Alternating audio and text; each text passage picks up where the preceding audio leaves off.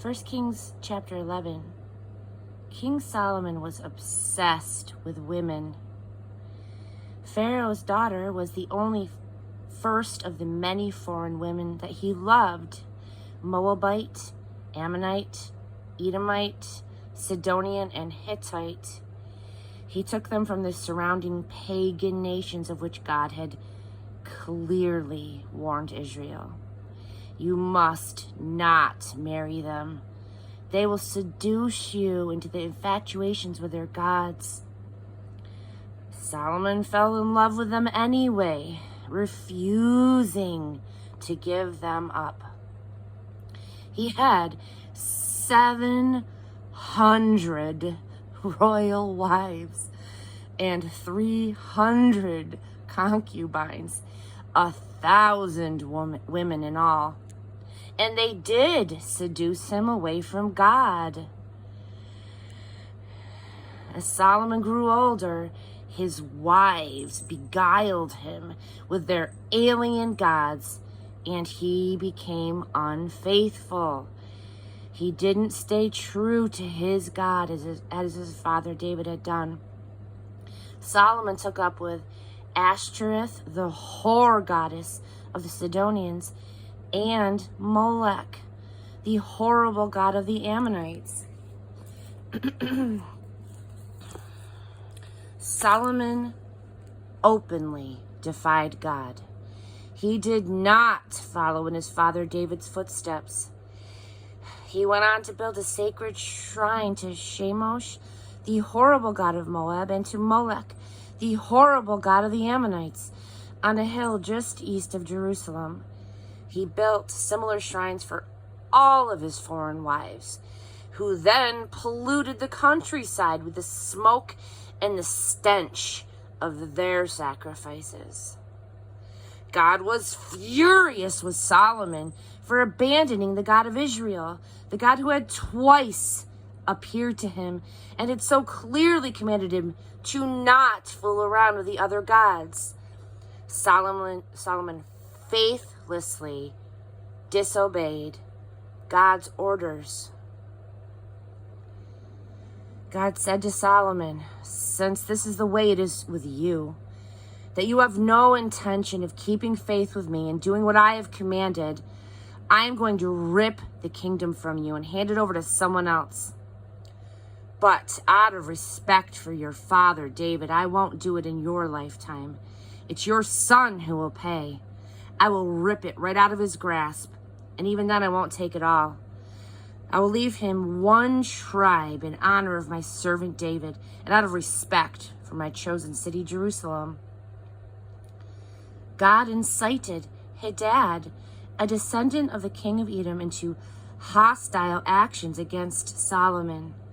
Years earlier, when David devastated Edom, Joab, commander of the army on his way to bury the dead, massacred all the men of Edom. Joab and his army stayed there for 6 months, making sure that they had killed every man in Edom.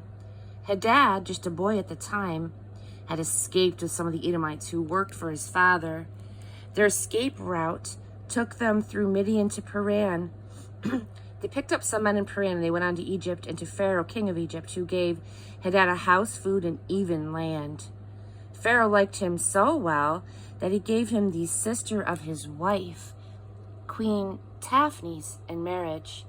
She bore Hadad a son named Genubath, who was raised just like one of the royal family. Genubath grew up in the palace with Pharaoh's children. While living in Egypt, Hadad heard that both David and Joab, commander of the army, were dead. He approached Pharaoh and said, "Send me off with your blessing. I want to return to my country." "But why?" said Pharaoh. "Why would you want to leave here? Hasn't everything been to your liking?" "Everything has been just fine," said Hadad, "but I want to go home. Give me a good send-off." Then God incited another adversary against Solomon, Rezin, son of Eliada, who had deserted from his master. Hadadezer, king of Zobah. After David's slaughter of the Arameans, Rezin collected a band of outlaws and became their leader. They later settled in Damascus, where Rezin eventually took over as king. And like Hadad, Rezin was a thorn in Israel's side all of Solomon's life. He was king over Aram, and he hated Israel. Adversaries arise. And then, the last straw. Jeroboam, son of Nebat, rebelled against the king. He was an Ephraimite from Zereda, his mother a widow named Zeruiah. He served in Solomon's administration. This is why he rebelled. Solomon had built the outer defense system, the Milo, and had restored the fortifications that were in disrepair from the time of his father David. Jeroboam stood out during the construction as strong and able. When Solomon observed what a good worker he was, he put the young man in charge of the entire workforce of the tribe of Joseph. One day, Jeroboam was walking down the road out of Jerusalem. Ahijah, the prophet of Shiloh, wearing a brand new cloak, met him. The two of them were alone on that remote stretch of road. Ahijah took off the new cloak that he was wearing, and he ripped it into 12 pieces. Then he said to Jeroboam, "Take 10 of these pieces for yourself. This is by the order of the God of Israel. See what I'm doing? I'm ripping the kingdom out of Solomon's hands and giving you 10 of the tribes. In honor of my servant David and out of respect for Jerusalem, the city that I especially chose, he will get 1 tribe. And here's the reason. He faithlessly abandoned me, and he went off worshiping Ashtoreth, goddess of the Sidonians, Shamash, god of the Moabites, and Molech, god of the Ammonites. He hasn't lived the way that I have shown him. He hasn't done what I have wanted, and he hasn't followed directions or obeyed orders as his father David did. Still, I won't take the whole kingdom away from him. I'll stick with him through his lifetime because of my servant David, whom I chose and who did follow my directions and obey my orders. But after that, I'm going to remove the kingdom from his son's control and give it you 10 tribes. I will leave 1 tribe to his son to maintain a witness to my servant David in Jerusalem, the city that I chose as a memorial to my name.